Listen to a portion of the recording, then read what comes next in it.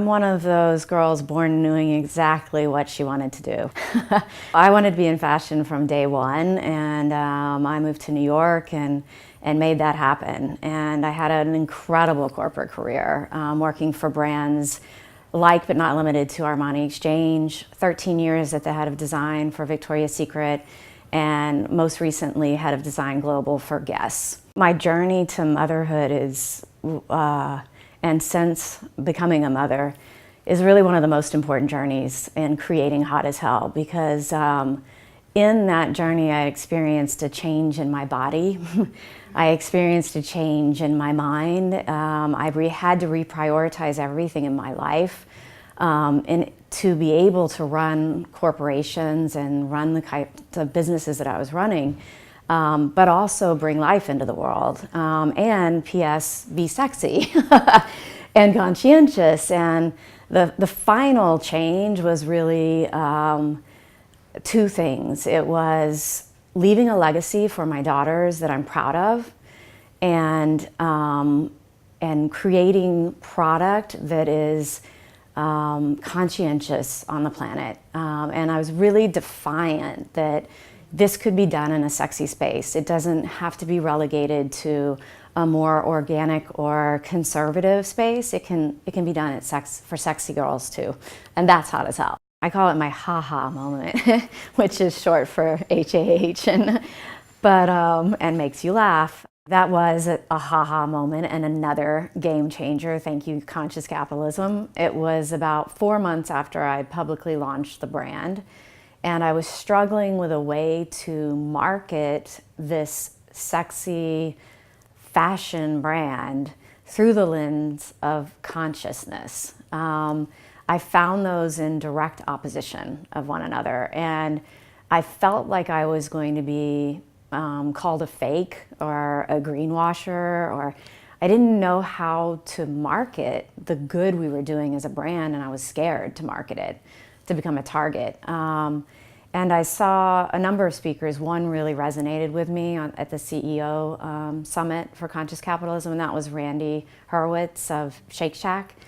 And he opened with this comment of, we make burgers, they're kind of meat, they're fatty. You could say that they make you fat, that they're not good for the world, but he makes them as great as he can through the lens of conscious capitalism, organic beef, everything that he's doing better for that industry. And that just made the biggest light go on over my head, and that you can actually do the right things and talk about it. You can start anywhere to make a difference.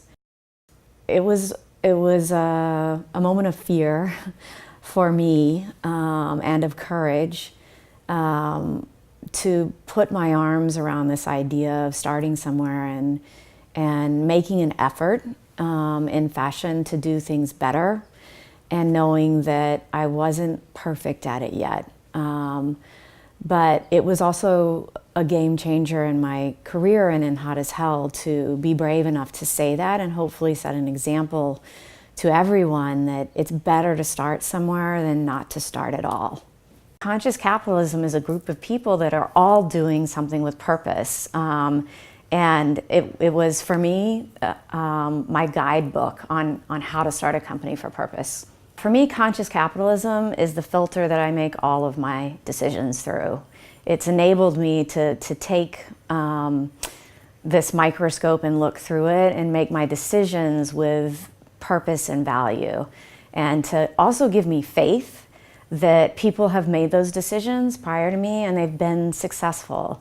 Any of the books I read, the talks I go to, the CCLA chapter events that I go to, I really scribe all of that and bring it back to my team, and we have kind of working lunches or teaching lunches where I present that material back to them and the things that are resonating with me and resonate with the brand that we're creating together. And it holds me accountable to live through the value system of conscious capitalism. And again, to my earlier conversation, it is the filter when I'm making really hard decisions. I'm in the middle of a couple of big issues right now as a startup, and it helps me define how I react to each one of those decisions, to be aware to be empathetic, and to make those decisions based on my end purpose, which is a really scary place to be and lonely when you're an entrepreneur as well.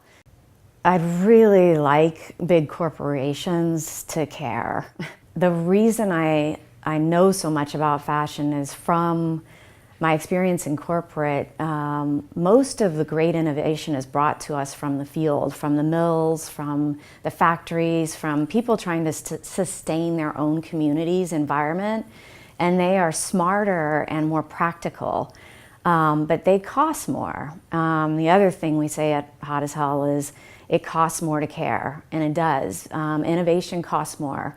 So I'm really passionate about some of the work that we're doing, particularly in our swimwear fabrication. It's an innovative fiber called Serrano, which was created by DuPont almost a decade ago. It's made from corn, and it is therefore biodegradable, but it's chemically treated to act like a polyester, which in technical terms, not to get too technical for everyone, it allows us to use digital printing techniques on it. So here you have this beautiful biodegradable yarn that's made from corn, which is grown naturally, which has less emissions, is good for the planet.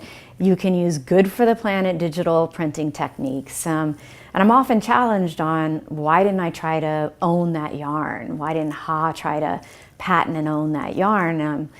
And it goes back to the greater purpose of what we're trying to do here. The biggest impact I can have on the environment is bring that yarn to market for everyone to use it. Because why wouldn't we all want to use better fabric, natural fabric, biodegradable fabric, and fabric you can print with digital printing practices? So that just speaks to the greater purpose or the higher purpose of HAH. A couple of things come to mind, but the first saying that comes to mind is be a voice and not a whisper. And I think that the generations coming out of school right now and entering the workforce are being listened to much more than most generations are. And that if you speak up, you have a lot more power. And if you speak to one another and educate one another or find common goals between you and your peer groups, you actually could have an amazing impact on corporations and how the world is going to look at things going forward.